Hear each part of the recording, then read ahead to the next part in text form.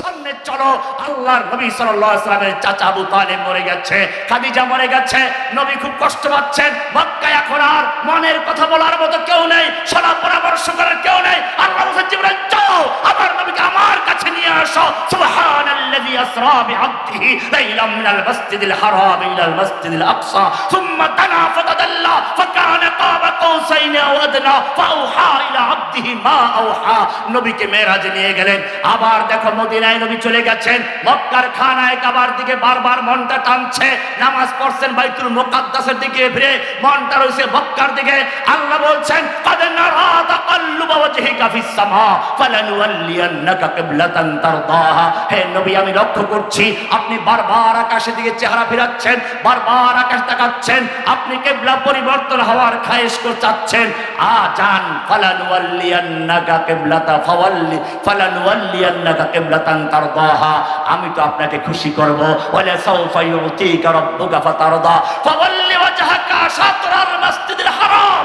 আপনি এই মুহূর্তে কিবলা ঘুরিয়ে কিবলা পশ্চিম দিকে অর্থাৎ সেই মসজিদুল হারামের দিকে ফিরিয়ে যান। আল্লাহ নবীকে আল্লাহ পছন্দ করে ঘুরিয়ে দিলেন। ও মুসলমান শুধু এ পর্যন্তই নয়, নবীর পুত্র সন্তান মরে গেছে, কাফের মুশরিক মজাক করছে, পুত্র সন্তান দিয়ে বংশ বিস্তার হয়, বংশের নাম থাকে। নবী তো নির্বংশ, লেজ কাটা। কোরআন বলছে ইন্না শানিয়াকা হুয়াল আবতার। আপনাকে যারা লেজ কাটা বলেছে, আপনাকে যারা নির্বংশ বলেছে, ওরাই কিয়ামত পর্যন্ত নির্বংশ থাকবে। ওরা বলছে নবীর নাম নেওয়ার কেউ থাকবে না। আল্লাহ বলছেন ওয়ারাফানা লাকা যিকরাক। হে নবী আপনার নাম কিয়ামত পর্যন্ত আলোচনা হবে, আপনার নাম উল্লেখ থাকবে, সেই কাজ আমি করে দিয়েছি। ওয়ারাফানা লাকা যিকরাক, আপনার নামকে সর্বোচ্চ মাকাম দান করেছি। এত মায়া যেই নবীর জন্য। হে যুবক আমি তোমাকে প্রশ্ন করছি, আল্লাহর নবীকে যখন তায়েফের ময়দানে পাথর ছোড়া হচ্ছিল সে আল্লাহ দেখতে পাচ্ছিলেন কিনা? এই নবীকে যখন উহুদের ময়দানে লোহার টুপির উপরে তলোয়ার দিয়ে আঘাত করা হচ্ছিল আল্লাহ দেখতে পাচ্ছিলেন কিনা? আল্লাহর ফিরাবার ক্ষমতা ছিল কিনা? ফিরিয়েছিলেন কিনা? ফিরান নাই। কেন ফিরান নাই? এই হুজুরের সাথে আমি এলাকায় ঘুরতে গেলাম, আমাকে ধরে একজন আচ্ছি তারা মারলো, হুজুরের ফিরাবার ক্ষমতা ছিল, ফিরান নাই। আর খাতির থাকবে? তাহলে আল্লাহর ক্ষমতা ছিল, আল্লাহ কেন ফিরান নাই? আল্লাহর নবীর সাথে সম্পর্ক নষ্ট হয়ে গিয়েছিল। কোরআন বলছে না তাও হয় না। ওয়াদদুহা ওয়াল লাইলি ইযা সাজা মা ওয়াদদাআকা রাব্বুকা মা ক্বালা। হে নবী আপনাকে আপনার রব ছেড়েও দেন নাই, আপনার প্রতি অসন্তুষ্ট হন নাই। বল তাহলে আমাকে এত মারলো, তুমি কেন ফিরাও নাই? কোরআন বলছে আম হাসিবতুম আন তাদখুলুল জান্নাহ আম হাসিবতুম আন তাদখুলুল জান্নাতা ওয়ালাম্মা ইয়াতিকুম মাসালুল লাযীনা খালাউ মিন ক্বাবলিকুম মাসসাতুমুল বাসাউ ওয়াদ-দাররাউ ওয়া যুলজিলু হাত্তা ইয়াকুলার রাসূলু ওয়াল্লাযীনা আমানু মাআহু মাতা নাসরুল্লাহ।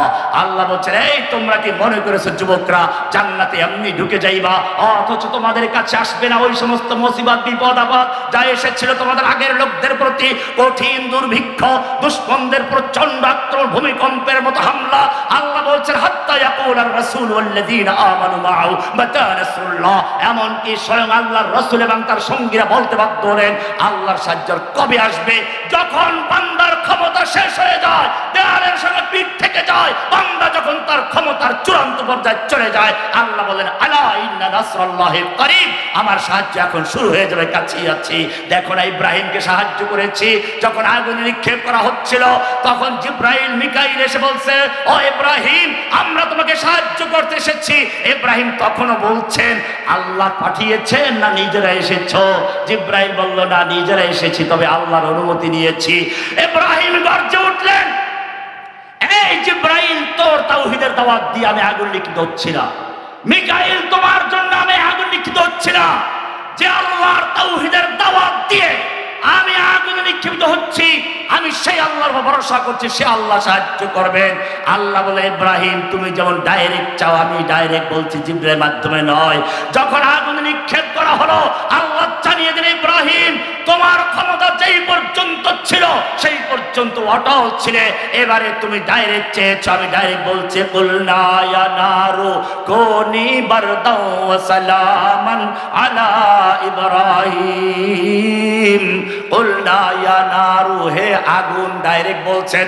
জিব্রাইলকে বলেন নাই, মিকাইলকে বলেন নাই তোমরা আগুন ঠান্ডা করে দাও, সরাসরি আল্লাহ বলছেন কুলনা ইয়া নারু কুনি বারদাও ওয়া সালামান আলা ইব্রাহিম। যুবক, তোমাকে আমি জিজ্ঞেস করতে চাই যে আল্লাহ রাব্বুল আলামিন নমরুদের আগুনকে ইব্রাহিমের জন্য ঠান্ডা করে দিয়েছিলেন, সে আল্লাহ আগের মতো জীবিত আছেন কিনা? সে আল্লাহর শক্তি আগের মতো আছে কিনা? এই নরেন্দ্র মোদীর যত পারমাণবিক বোমা আছে, ক্ষেপণাস্ত্র আছে, যত বাহিনী আছে, সবগুলোকে ফিরাউনের মতো বুড়িগঙ্গায় চুবিয়ে মারার ক্ষমতা আছে কিনা? নাকি আল্লাহ বুড়ো হয়েছেন?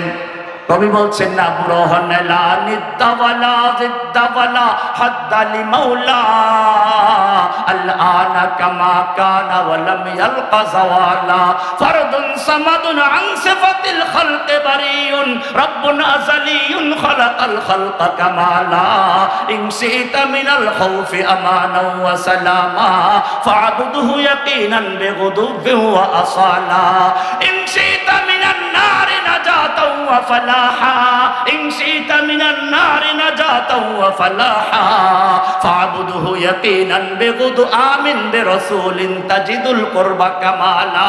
কি সুন্দর করে বলেছেন, আল্লাহ আগের মতো আছেন, এখনো আছেন, আগের শক্তি আছে। কিন্তু ইব্রাহিমের মতো তাওহীদ যদি তোমার থাকে, কবি বলছেন আজ ভি জো করে ইব্রাহিম কা ইমা पैदा आग करे सकती है अंदाज़े गुलिस्ता पैदा। ও মুসলমান, মুসা নবীর জন্য যে আল্লাহ রাস্তা করে দিয়েছিলেন, ফিরাউনকে চুবিয়ে মেরেছিলেন, সে আল্লাহ আগের মতোই আছে। তবে তোমাকেও তো মুসা হতে হবে, মিসলে কলিম হো अगर मारे का आजमा कोई मिसले कलीम हो अगर मारे का आजमा कोई आज भी आती है कोहे तूर से बंगला तखफ। ও যুবক, সেজন্য তোমাকে বলি ভয় পেলে চলবে না।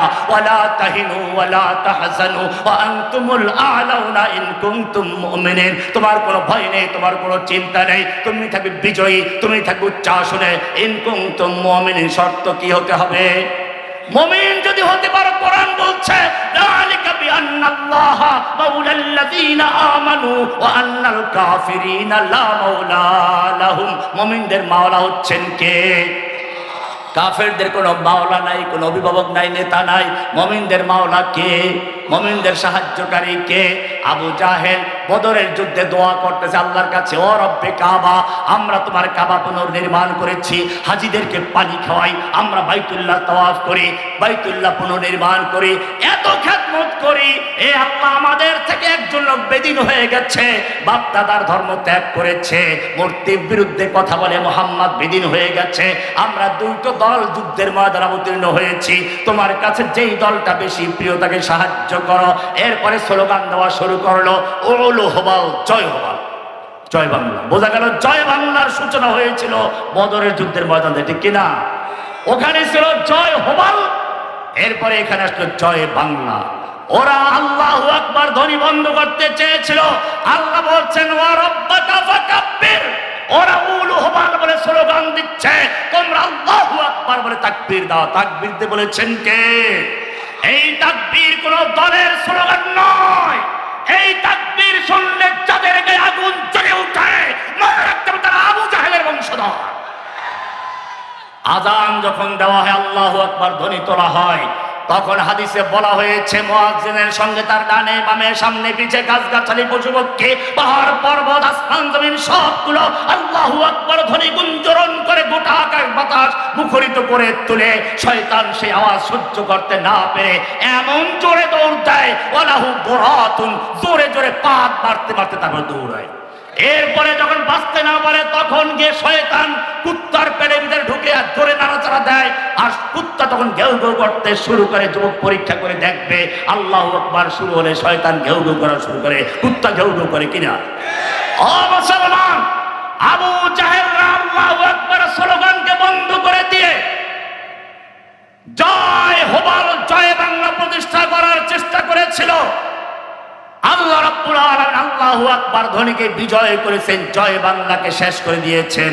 ১৫০০ বছর পরে আবার যখন বাংলার জমিনে আল্লাহু আকবার ধ্বনিকে কণ্ঠরোধ করার চেষ্টা করা হয়েছিল, জয় বাংলা প্রতিষ্ঠা করার চেষ্টা করা হয়েছিল, আল্লাহ রাব্বুল আলামিন সেই শয়তানকে বাংলার জমিনে থাকার সুযোগ দেন নাই, ওই কুত্তার পেটে ঢোকার সুযোগ দেন নাই। বাংলার বর্ডার ছেড়ে গিয়ে দিল্লিতে গিয়ে কুত্তার চেয়েও জঘন্য খারাপ ইন্নামাল মুশরিকুনা নাজাসুন নাপাক মুশরিকের কোলে গিয়ে বসে পড়েছে।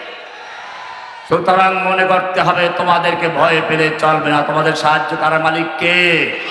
फिर तुझे एक बार करनी है जहां की रहबरी, फिर तुझे एक बार करनी है जहां की रहबरी, उठ खुदा के नाम लेकर फिर आलम बरदार बन। সুতরাং মনে রাখতে হবে কোরআন হচ্ছে আল্লাহর সংবিধান। এই সংবিধানকে বাস্তবায়ন করার জন্য আল্লাহর নবী যেভাবে যুদ্ধের ময়দানে নেমেছিলেন, রক্ত দিয়েছেন, ও মুসলমান জাতি, যদি প্রয়োজন হয় বাংলার জমিনে কোরআনের জন্য একটা বিপ্লব তৈরি করে ময়দানে ঝাঁপিয়ে পড়তে হবে, বুকের তাজা রক্ত ঢেলে দিতে হবে। তৈরি আছে কিনা? জেনে রাখবে, জেনে রাখবে, ভারতবর্ষে তোমাদের দুজন বোন রাজা তাহিরের কারাগারে নির্যাতিত হচ্ছিল। সেই সময় সেই দুটো বোন নিজের রক্ত বের করে কালি বানিয়ে, তারপরে ওড়নাকে কাগজ বানিয়ে তৎকালীন জালেম মুসলিম খলিফা সেই হাজ্জাজ বিন ইউসুফকে পত্র লিখেছিল। সেও তখন সাড়া দিয়েছিল। 16 বছরের যুবক মোহাম্মদ বিন কাসেমকে পাঠালো, যাও ওই বোনকে উদ্ধার করতে হবে। আপনারা জানেন সেই সুদূর হেজাজ থেকে মোহাম্মদ বিন কাসেম তার সেই হেজাজের সফর করে ভারতবর্ষে এসে শুধুমাত্র ওই দুটো বোনকে উদ্ধার করে ছাড়েন নাই, বরং গোটা ভারতবর্ষে ইসলামের পতাকা, বিজয়ের পতাকা উড্ডীন করে ছেড়েছিলেন। ও যুবক, আমি তোমাকে জিজ্ঞেস করতে চাই, আবার যদি কোনো রাজা গৌর গোবিন্দ আর রাজা তাহিরের প্রেতাত্মারা বাংলার জমিনের দিকে চোখ তুলে তাকায়, সেই চোখকে উপড়ে ফেলার জন্য কেউ যদি বাংলার দিকে হাত বাড়ায়, সেই হাতকে ভেঙে দেওয়ার জন্য কেউ যদি পা বাড়ায়, সেই পাকে খণ্ডিত করে দেওয়ার জন্য যদি মোহাম্মদ বিন কাসেম হয়ে শাহজালাল ময়দান হয়ে নামতে হয়, সেই শাহজালাল এবং সেই মোহাম্মদ বিন কাসেম হয়ে ময়দানে আসার জন্য তৈরি আছো কিনা? লিল্লাহি তাকবীর। وآخر دعوانا الحمد لله رب العالمين. السلام عليكم ورحمة الله تعالى.